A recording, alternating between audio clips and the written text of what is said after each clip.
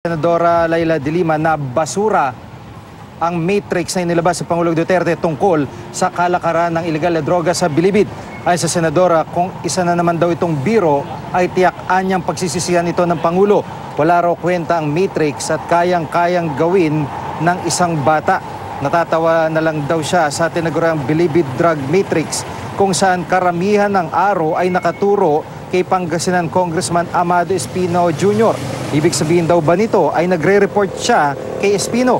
Naawa na rin daw siya kay dating Bucor Chief Franklin Bucayo na dawit din sa Matrix. Sabi ni De Lima, hindi raw totoong nagbitiw sa pwesto si Bucayo dahil sangkot ito sa droga. Ang totooan niya, nag-resign si Bucayo dahil hindi nakayanan ng kalusugan niya ang tindi ng problema ng droga sa Bilibid.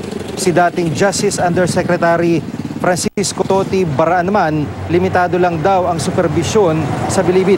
Huling beses na rin daw magkokomento si De Lima kaugnay ng issue.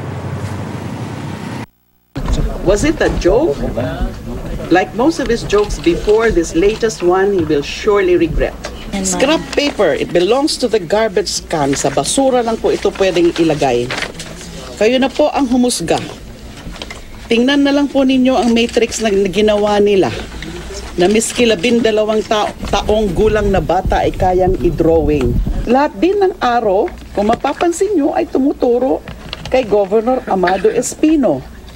Pinapalabas ba nila na indirectly nagre-report ako o boss ko si Governor Espino?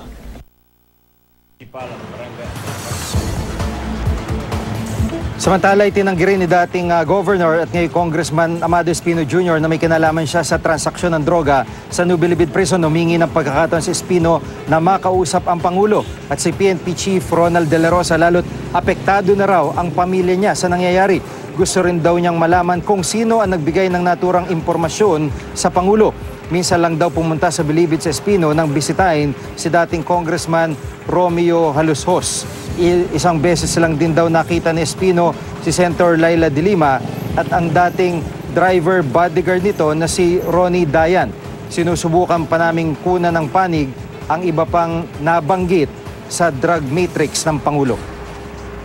Alam ng buong pamilya ko na binuhos ko dito ang aking lahat ng pagod, lahat ng ano ko dito sa anti-drug campaign na to.